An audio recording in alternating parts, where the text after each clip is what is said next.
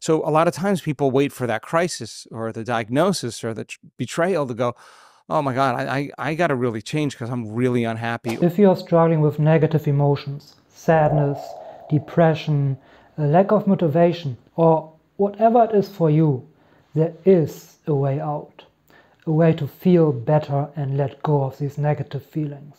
Unfortunately, most people, including me, need to hit rock bottom first. But we'll get to that later. Working on healing is not easy.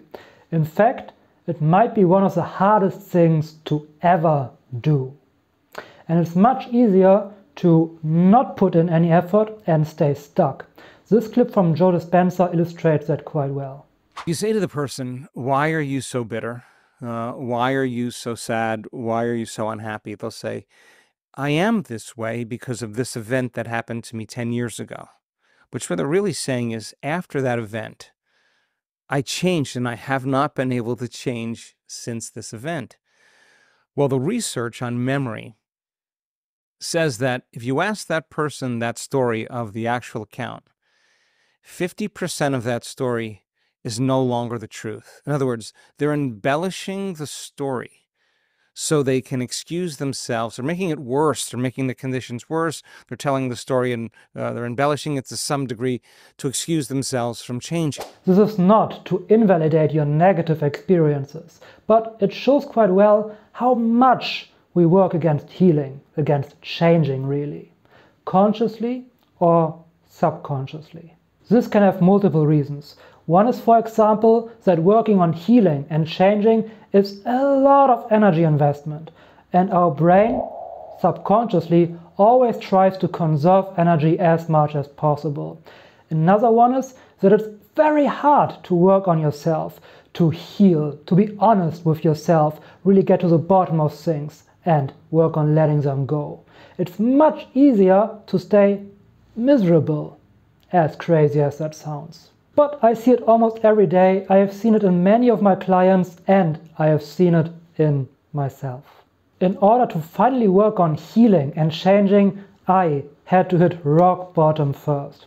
And as I already said, unfortunately, this is something that most people have to go through, just as Joe Dispenza says here. I think that people, unfortunately, they have to get knocked to our lowest level sometimes, where you're no longer inside the jar. When you're inside the jar, you can't read the label. You got to get so uncomfortable that you could actually see yourself, right? And so that tragedy, that crisis, that disease, the diagnosis, the loss, it's got to be so severe that you finally look at yourself and say, maybe it's me. Oh my God, could it possibly be me? But you're looking at yourself kind of through the eyes of someone else because you don't feel like you in that moment. You're so uncomfortable that you can see yourself. That concept is called metacognition, right? So a lot of times people wait for that crisis or the diagnosis or the betrayal to go, oh my God, I got to really change because I'm really unhappy. Let's illustrate that. It looks a bit like this. Let's say here are emotions, positive emotions, negative emotions, and this is rock bottom. So rock bottom. Now people go through their lives, they feel good, they feel bad, emotions go up and down, and then you accumulate more and more negative emotions, subconscious wounds, childhood trauma, and you never work on it, so it just gets stronger and builds up inside of you, and you feel worse and worse. And then often something happens. Maybe it's a bad breakup, or it's a loss of a loved one, or it's a sickness, whatever it is, and you hit rock bottom. Now, I define rock bottom as the point where you have to work on changing. At this point, you are in so much emotional pain that there's no other way. You have to work on changing and on getting better. Your drive to do it is much, much higher than to stay stuck and not to work on yourself. So this is the point where you have to work on yourself. Now, what now happens, unfortunately, is, and I see it very often with many people, is that people work on changing and then they are not at rock bottom anymore. They feel a little bit better and they stop working on changing. They stop working on themselves, they stop working on healing, and they just continue up and down, down here, negative emotions, and inevitably they will hit rock bottom again. And often they repeat this cycle over and over again, where they hit rock bottom, they work on healing, then they stop working on themselves, and then they just hit rock bottom again. And they just continue throughout their entire lives. But there is a point that you can reach where you can be sure that you will never ever hit rock bottom again. 99% sure. Okay, there are no guarantees ever in life, but if you reach this point, if you hit rock bottom and then you work on yourself, you go really deep, you work on all the issues, you resolve your childhood traumas, your unresolved emotional wounds, and you can reach a point where you can be sure, 99% sure, to not hit rock bottom again. Doesn't mean you will not have negative experiences. Life is always an up and down. There can always be negative experiences in life, but you're so emotionally grounded in yourself that you will never be at such a low point like there. You know, hey, life consists out of negative experiences. It's just life. Maybe I feel bad right now, but at one point it will be over. You can reach this point. Now, if you're watching this, chances are you're probably somewhere around here. And my hope for you is that you watch this video and you see, hey, if I don't put in the work, if I don't put in the effort, if I don't do it now, I will hit rock bottom. So you work on yourself, put in the work, put in the effort, and reach this point before ever hitting rock bottom. Now, unfortunately, this is not what reality will look like, at least for most of you watching this. And I'm sorry to say that, but most of you watching this will probably, before they can make this change, before they have enough internal motivation to put in the work, will probably need to hit rock bottom first. I really hope this is not you. I really hope you are one of these people who sees this or who already is in the process of working on themselves to get here. But if you are about to hit rock bottom, if you're hitting rock bottom, keep this cycle here in mind. Keep this in mind, and keep in mind that you need to work on yourself really deeply. You need to work on all of the suppressed emotions inside of you, so you reach this point and not keep hitting rock bottom over and over again. Please, please don't be that person. Now, how does working on yourself look like? Well, at its most basic level, it means resolving the suppressed and built up emotions inside of you.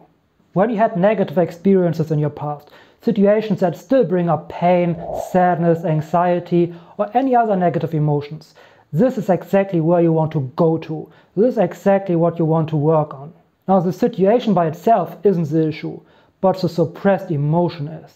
Can you then forget about the memory and just overcome the emotion? Because the memory without the emotional charge is called wisdom. And now you no longer belong to the past. You're ready to create a new future. Let me illustrate that by telling you a little bit more about myself.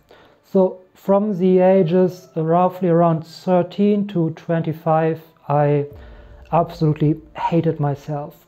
I was really not okay with who I was, with how I felt, and I also think that I was very, very depressed in my teenage years. Now, I can talk about this now without having any emotional connection to this, because I fully resolved that and healed all of what happened. So I let go of all of the emotions attached to the past, which means that if I look back at this now, it just feels like a memory, or not even a memory, it feels like a different life. It feels like all of this happened to a different person and not to me. This is because I am not in it anymore. I am watching at it.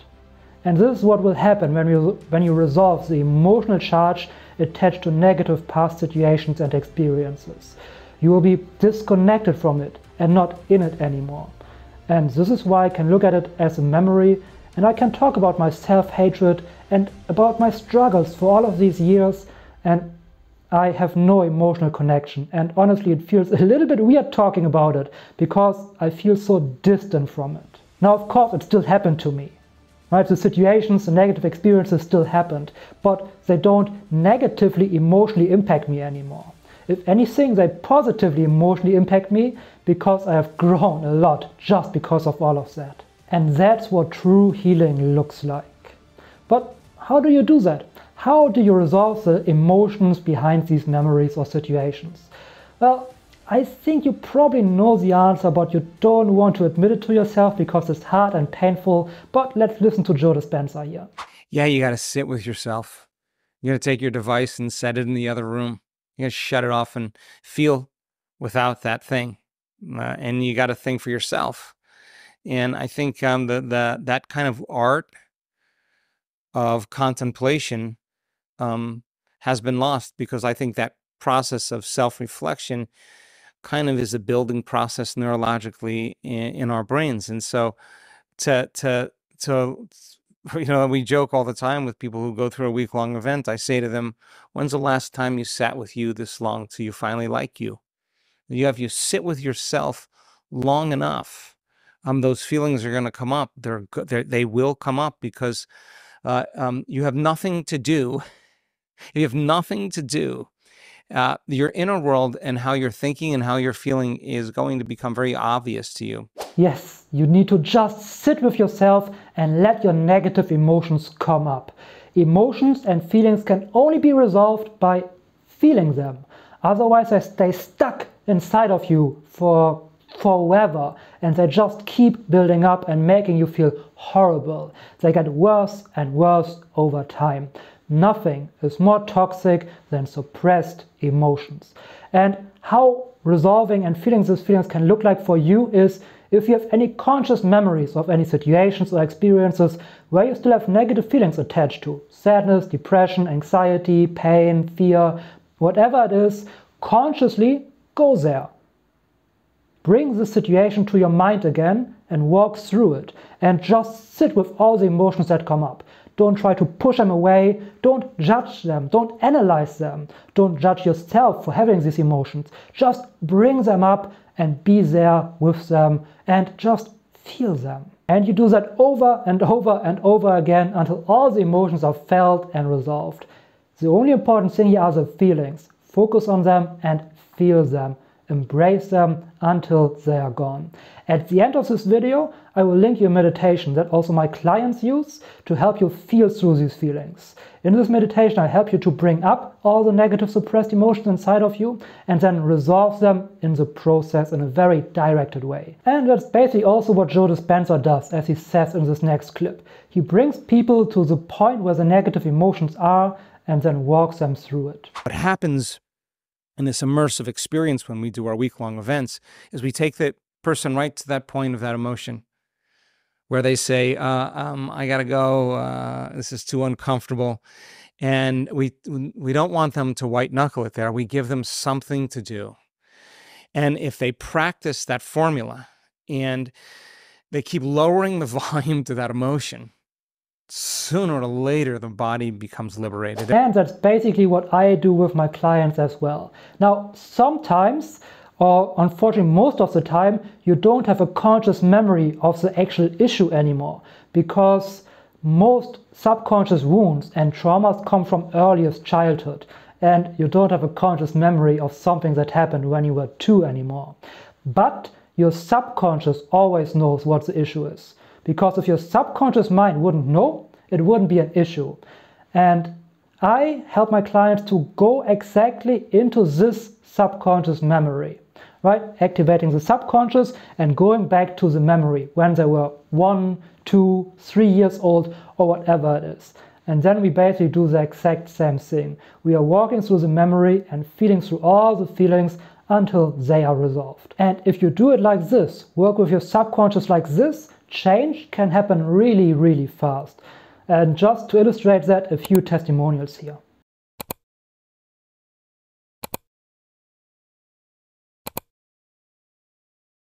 I have to say this can happen, and many people I've worked with felt a profound change really fast. But of course, this is always individually different, and it doesn't have to be that fast. If you want to start releasing your negative suppressed emotions on a subconscious level, I highly recommend you go down into the description and you get my subconscious healing mini course. And aside from that, Here, right over there, you can find the meditation to really suppress the emotion inside of you. And I would highly also recommend that you do this meditation daily for at least a week, and then come back to this video and let me know how it felt like.